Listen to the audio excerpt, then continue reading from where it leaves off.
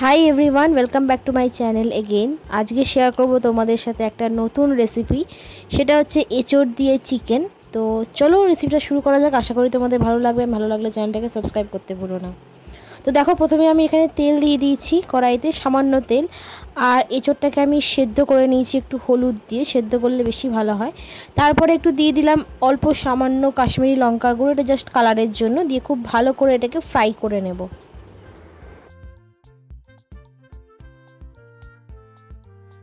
Fry করে এঁচোড়টাকে তুলে রেখে দিয়েছি। এরপর কড়াইতে সর্ষের তেল দিয়ে দিচ্ছি 2 টেবিল স্পুন। তারপরে কিছু গোটা গরম মশলা দিয়ে দিচ্ছি, যেমনটা ইউজুয়ালি আমরা চিকেনে দিয়ে থাকি, মানে দারচিনি, এলাচ, লবঙ্গ, সাথে একটা শুকনো লঙ্কা দিয়ে দিলাম। তোমরা যারা ঝালটা খাবে না তারা এখানে শুকনো লঙ্কাটা অবভিয়াসলি স্কিপ করে দিও। ফোড়নটা একটু হয়ে আসা অবধি ওয়েট করলাম। তারপরে দিয়ে দিচ্ছি একটু চিনি, যাতে কালারটা খুব ভালো আসে, চিনিটা ক্যারামেলাইজ হয়ে যাওয়ার পর। তো তারপরে দেখো, এখানে দুটো মিডিয়াম সাইজের পেঁয়াজকে আমি কুচি করে নিয়েছি, সেটাকে খুব ভালো করে ফ্রাই করে নেব পেঁয়াজের সাথে, যতক্ষণ না পেঁয়াজের কাঁচা গন্ধটা চলে যায় অ্যান্ড খুব সুন্দর একটা ব্রাউন কালার চলে আসে। পেঁয়াজটা ভাজা হয়ে গেছে, দেখতেই পাচ্ছ। এরপর এখানে একটা আমি গোটা পেঁয়াজকে এরকম পেস্ট করে নিয়েছিলাম, সেটা দিয়ে দিচ্ছি। পেঁয়াজ কিন্তু পেস্ট দিলে গ্রেভিটা খুব সুন্দর হয়। তো তোমরা পুরোটাই এখানে পেঁয়াজ বাটা দিয়েই করতে পারো, বাট আমি দুটো মিক্স করে দিচ্ছি যাতে টেস্টটা একটু সুন্দর আসে, সেই জন্য। এবারে পেঁয়াজের কাঁচা গন্ধটা চলে যাওয়া পর্যন্ত আবারও ভালো করে কষিয়ে নিচ্ছি।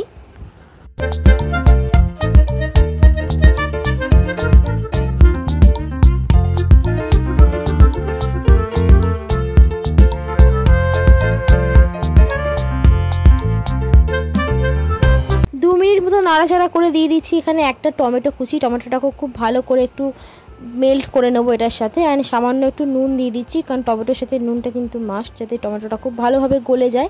অ্যান্ড আবারও খুব ভালো করে এটাকে মিশিয়ে নিচ্ছি।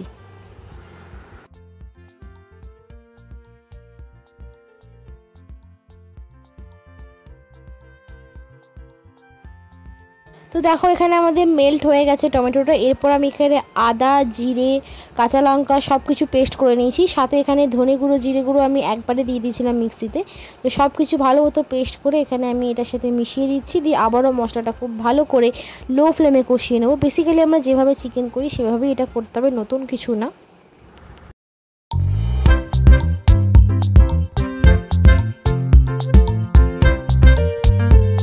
এই সময় হলুদ গুঁড়োটা দিয়ে দিচ্ছি পরিমাণ মতো, বাট খেয়াল রাখতে হবে আমরা কিন্তু এছাড়াও হলুদ দিয়েছিলাম, সেই জন্য একটু মিনিমাম হলুদ দিলেই চলবে।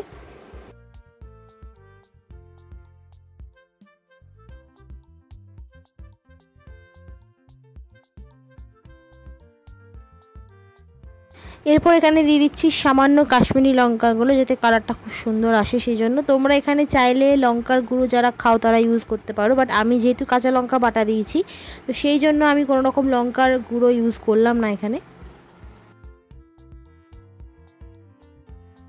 দেখতেই পাচ্ছ মশলাটা প্রায় আমাদের কষে এসছে, অ্যান্ড এখান থেকে তেলও ছেড়ে দিয়েছে। এরপর আমি এখানে দিয়ে দেবো চিকেন। এখানে আমি 500 গ্রাম মতো চিকেন দিয়েছি, খুব ভালো করে জলে ধুয়ে চিকেনটাকে আমি এখানে দিয়ে দিচ্ছি।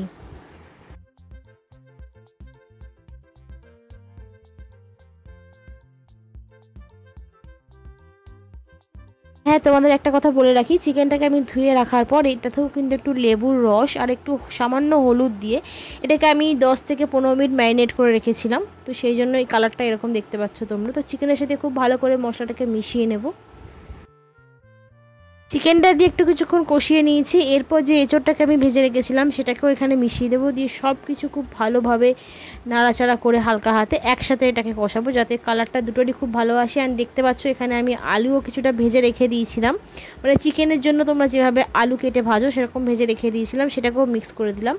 এরপর এখানে ফ্লেমটাকে একদম লো করে খুব ভালো করে এটাকে কষতে থাকবো। যত তোমরা এটাকে ভালো করে কষবে তত সুন্দর কালারও আসবে, অ্যান্ড তার টেস্টটাও কিন্তু আরও সুন্দর আসবে।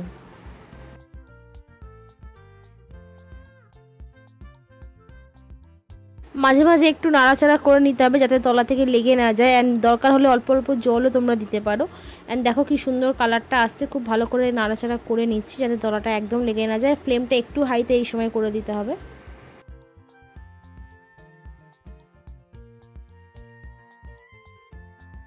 প্রায় 10 থেকে 15 মিনিট কষিয়ে নেওয়ার পর তারপরে দেখো এখানে আমি জল দিয়ে দিচ্ছি। এখানে আমি 1 কাপ মতো জল দিয়েছি, তোমরা যেরকম ঝোল চাও সেরকম অবভিয়াসলি জলটা কম বেশি দিতেই পারো। তো তারপর কিছুটা আমি ঢাকা দিয়ে এটাকে হতে দেবো যতক্ষণ না সেদ্ধ হয়ে যাচ্ছে।